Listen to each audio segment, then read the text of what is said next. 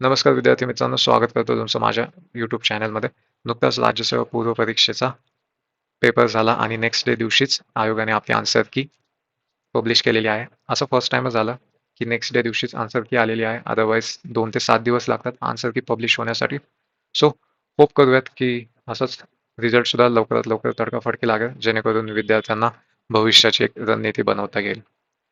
आपण आज डिस्कशन करणार आहोत एक कट ऑफच्या रेंजबद्दल, जेणेकरून तुम्हाला एक क्लिअर कट व्ह्यू मिळून जाईल कोणत्या कॅटेगरीमधल्या मुलांनी, कोणत्या म्हणजे मार्क्समधल्या मुलांनी एक भविष्याची रणनीती कशी ठेवायची, कोणत्या एक्झामवर फोकस करायचा, मेन्सवर कसं फोकस करायचं, त्याबद्दल आपण आज डिस्कशन करूयात. माझं नाव शुभम बनसोडे, चॅनलचं नाव SBMPSC अकॅडमी. चॅनल आवडला तर नक्कीच लाईक, शेअर, सबस्क्राईब करायला विसरू नका.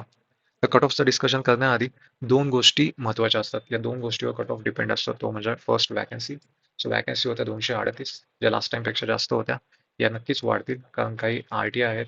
RTIमध्ये असं समजतंय की MPSCकडे काही वॅकन्सी गेलेल्या आहेत. सो ही ही कंडिशन ही कट ऑफ डाऊन करण्यासाठी एक फेवरेबल आहे. आणि दुसरी कंडिशन म्हणजे ती तुमची पेपरची लेवल. पेपरची लेवल हार्ड होती असं मला तरी वाटतं. हा पेपर मॉडरेट बिलकुल नव्हता. हार्ड कॅटेगरीमध्येच पेपर होता. As compare to last year हा पेपर हार्डच होता. हां, जर लास्ट इयरला जर मी स्केलमध्ये जर कम्पेअर केलं तर 0, 50 आणि 100 असं जर सांगायचं झालं तर लास्ट इयरला मी म्हणेल 55 टू 60 या रेंजमध्ये तो पेपर होता. आणि हा पेपर होता 75. आणि जो आता UPSCचा जो झाला 24 तारखेला, त्याला मी स्केल करेल 90. सो UPSC पेक्षा कमी हार्ड आणि लास्ट टाइम MPSC पेक्षा जास्त हार्ड. सो अशी कॅटेगरी या पेपरची एक सर्वसाधारण दिसून येते. ठीक आहे, आपल्याला UPSCचं काय घेणं देणं नाही. लास्ट इयर आपल्याला MPSCशी घेणं देणं आहे. पण एक जस्ट स्केल वाईज मी कंपॅरिझन सांगतोय. सो ही एक गोष्ट कट ऑफ खाली जाण्यासाठी एक फेवरेबल आहे. म्हणजे या दोन्ही गोष्टी कट ऑफ खाली जाण्यासाठी फेवरेबल आहेत. सो नक्कीच हा कट ऑफ 116 जो कट ऑफ लास्ट टाइम होता त्याच्यापेक्षा नक्कीच हा कट ऑफ खाली जाणार आहे. पण आता हा किती खाली जाणार? तर एक असं एक ॲनालिसिस दिसतं की 10 ते 12 क्वेश्चन जे आहेत ते नक्कीच अवघड आहेत लास्ट टाइमपेक्षा. 10 ते 12 क्वेश्चन म्हणजे तुमचे 24 मार्क्स होतात. आणि जर ते निगेटिव्ह केले त्यातून, तर तुमचं एक 92 ते 93च्या आसपास तुमचं एक गणित बसतंय. तर याचाच आता एक माझी रेंज पण प्रेडिक्शनची हीच आहे. मेल कॅटेगरीची 93 प्लस मायनस 2 आणि फिमेलची जी आहे ती 88 प्लस मायनस 2. सो या रेंजमध्ये हा कट ऑफ बसेल. आणि EWS वगैरे हे 85 ते 87 वगैरे या रेंजमध्ये जाईल. आणि ज्या लेडीज कॅटेगरीमध्ये वगैरे येतात ST वगैरे, तर त्यांनी 80च्या आसपास जरी त्यांचे मार्क्स असतील 72, 88, तर त्यांनी तरी मेन्सच्या प्रिपरेशनसाठी अभ्यासाला सुरुवात करा. तर याच्यामधून एक दोन दोन नाही सॉरी 3 कॅटेगरी बाहेर निघतात. एक म्हणजे जी लोक 80च्या खालीत, जी 80 टू 100 मध्ये, आणि तिसरी कॅटेगरी येते 100 प्लस.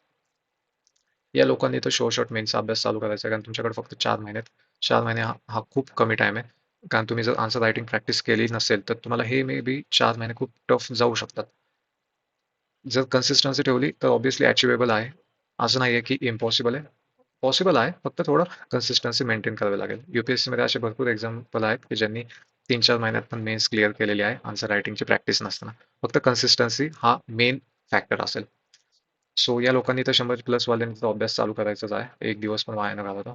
सेकंड आपण डिस्कस करूया जे 80च्या खाली आहेत. 80च्या खाली असणाऱ्यांना 2 पॉसिबिलिटी आहेत. एक, जर त्यांना राज्यसेवा त्यांचं टार्गेट असेल तर तुम्ही 2027ला टार्गेट करा.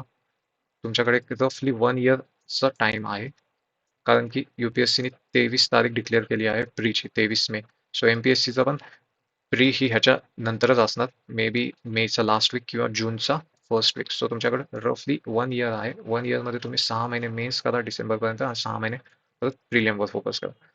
सो असं तुम्ही बायफर्गेशन करू शकता. आणि ज्या लोकांना कंबाईनमध्ये इंटरेस्ट आहे तर त्यांच्यासाठी मग कंबाईन बी आणि सी या तर अपकमिंग लाईनअप एक्झाम आहेत, तर यावर तुम्ही फोकस करू शकता. कारण की जे 80च्या खाली आहेत किंवा जे 70, 75 यांचा अभ्यास चांगला आहे, फक्त हे एक्झिक्युशनमध्ये चुकलेत. एक्झिक्युशनमध्ये असं होतं की तुम्ही ओव्हर थिंक करता कधी कधी. ऑप्शन ए असतो, बी असतो. पेपर हार्ड असला की एक फिअर क्रिएट होतं. फिअर क्रिएटमध्ये असं होतं की आपल्याला असं वाटतं की माइंड पहिल्यांदा म्हणतं ए ऑप्शन राईट आहे, पण नंतर ओव्हर थिंक करतो आपण, फिअरमध्ये म्हणतो की पेपर तर अवघड होतं, त्यामुळे बी नसेल कदाचित, ए नसेल आणि बीच आन्सर असू शकतं. सो आपण बी ला मारून येतो. आणि घरी आल्यानंतर आपल्याला एक जाणवतं की नाही, बी ना आन्सर नव्हता, एच हे त्याचा आन्सर होता. सो हे जस्ट ओव्हर थिंक झालं. माइंड आपल्याला ए सांगत होतं, पण आपण ओव्हर थिंक करून आपण बी ला मारून आलो. सो हे अशा गोष्टी होतात कारण की हे असे ओव्हर थिंकमुळे जर 3 ते 4 क्वेश्चन जरी तुमचे फिरले, तरी तुमचे एक 2.5 मार्काला एक तुमचा एक क्वेश्चन असतो. म्हणजे मी निगेटिव्ह मार्किंग करून सांगतोय. सो 4 क्वेश्चन जरी म्हटले तरी तुमचे 10 मार्क्स होतात. 10 मार्क्स तुम्ही डाऊन गेला म्हणजे तुम्ही ऑलमोस्ट स्पर्धेमधून बाहेर पडला. कारण 10 मार्क म्हणजे खूप मोठा आकडा झाला. इथं 1-2 मार्कावरून मेरिट हुकतात मुलांचे. सो हे जस्ट ओव्हर थिंकिंगचे जे शिकार आहेत, हे 70, 75, 80च्या आसपास अडकलेली लोक आहेत. सो याला उपाय काय? तर त्यांनी जास्तीत जास्त मॉक टेस्ट द्या आणि जेवढा सिलेमिस्टिक कमी होतील तेवढा कमी करा. असं कोणीच नाहीये की ज्याच्या सिलेमिस्टिक काहीच होत नाही. म्हणजे हे खूप म्हणजे पॉसिबल तर नाहीये कोणाच सगळ्या हुशार मुलांचं किंवा सिलेक्टेड मुलांचं सिलेमिस्टिक होतातच. सो फक्त टार्गेट हे असलं पाहिजे की सिलेमिस्टिक कमी झाल्या पाहिजेत. मॅक्सिमम सिलेमिस्टिक झालं तर तुम्ही आउट ऑफ द गेम तिथंच होऊन जाता. सो सिलेमिस्टिक कमी करण्यावर भर द्या आणि त्यासाठी मॉक टेस्ट या जास्त महत्त्वाच्या आहेत. आणि अजून काय डिस्कस करायचं राहिलं? हो. सो नेक्स्ट रेंज जी आहे ती 80 टू 100 ही रेंज आहे. सो 80 टू 100 या लोकांसाठी मी सांगेल की तुमचं नशिबावर आता थोडासा खेळ चालणार आहे. कारण सेकंड आन्सर कीमध्ये 2 ते 3 क्वेश्चन मला असे दिसतात की जे चेंज होऊ शकतात. सो 2 ते 3 क्वेश्चन जरी म्हटलं ते तुमचे 5 ते 6 मार्क वर खाली होऊ शकतात. सो जे 86 वर आहेत ते मे बी 91, 92 वर जाऊ शकतात. आणि त्यांचं लकवर डिपेंड आहे आता ते, की त्यांचं लक कशाप्रकारे चालतंय. यांना पण मी सजेस्ट करेल की तुम्हाला 2026 ची जरी नाही झाली तरी तुम्हाला 2027 ची एक्झाम तर द्यायचीच आहे. आणि जरी तुम्ही आत्ता नाही झाले तरी 2026 ला तुम्ही खूप चान्सेस आहे की तुम्ही 110, 120 वर पण आरामात जाता. सो काही नाही करून तरी तुम्हाला पण तुम्ही इन केस जरी नाही झाले तरी तुमचा अभ्यास हा मेन्सचा असलाच पाहिजे चांगला. कारण तुमच्या हातात दुसरं काही नाहीये. 1 वर्ष तुम्ही काय करणार? सो बेटर आहे तुम्ही मेन्सची प्रिपरेशन तुम्ही सिलेक्ट आहात या वेमध्ये जसे 100+ मुलं अभ्यास करणार आहेत त्याच वेळी तुम्ही पण अभ्यासाला सुरुवात केली पाहिजे.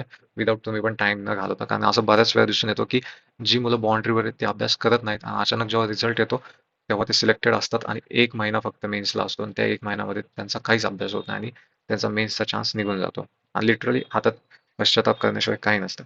सो ही रेंज आहे. हीच फक्त याच्यात पण एक थोडं स्पेसिफिकली सांगितलं तर 80 टू 95 हीच थोडी कन्फ्युजिंग असणार आहे.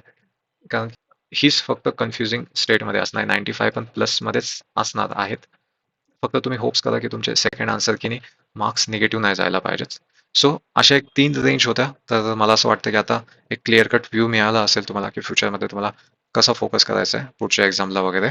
सो तुम्हाला येणाऱ्या एक्झामसाठी खूप खूप शुभेच्छा आणि अशाच व्हिडिओसाठी चॅनलला सबस्क्राईब करून ठेवा. धन्यवाद. Have a nice day.